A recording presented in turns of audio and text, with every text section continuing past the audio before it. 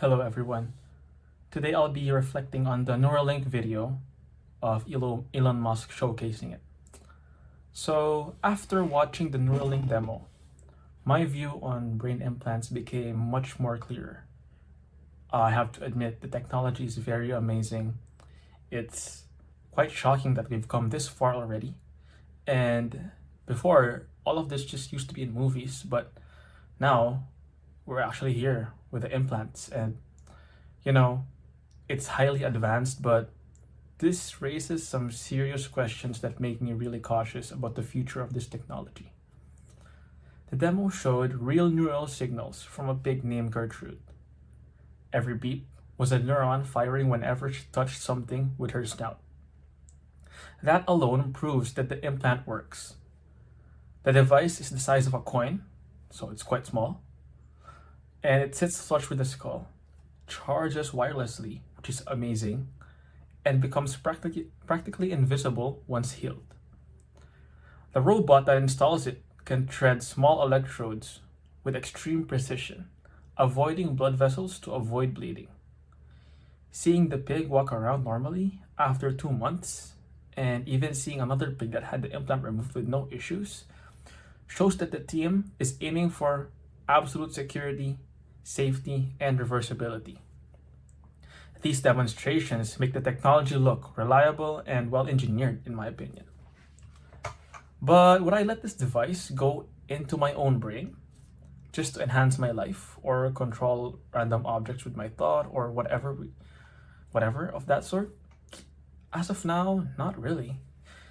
The brain is not something you can actually mess with casually, even if the hardware is advanced. The technology is still new. Long-term effects on human brains are unknown, and no amount of technical skill replaces decades of medical data. Watching pigs behave normally is encouraging, but humans live much longer and have far more complex cognitive functions. The risk is not small. If something goes wrong, you are not losing a gadget, you're risking your identity, memory, and even personality. Another concern is data. A device that can need neural activity and potentially write signals back into the brain needs absolute protection from misuse. The demo even mentioned future possibilities like restoring full body movement, simulating neurons, and eventually storing or replaying memories. That level of capability is powerful. But it also means that your brain can become a device that could, in theory, be hacked, accessed, or tracked remotely. Right now, no technology company can claim perfect security. And until that changes, giving a device access to my neural data is not something I would allow. Now, despite these concerns, I am not dismissing the technology entirely. For medical purposes, I believe that Neuralink could be life-changing.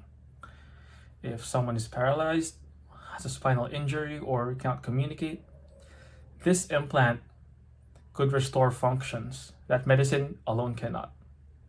In cases like that, the benefits clearly outweigh the risks.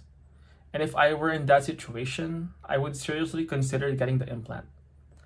The demo showing predicted limb movements and potential spinal neural shunts make it obvious that this tech can help people who have no other options.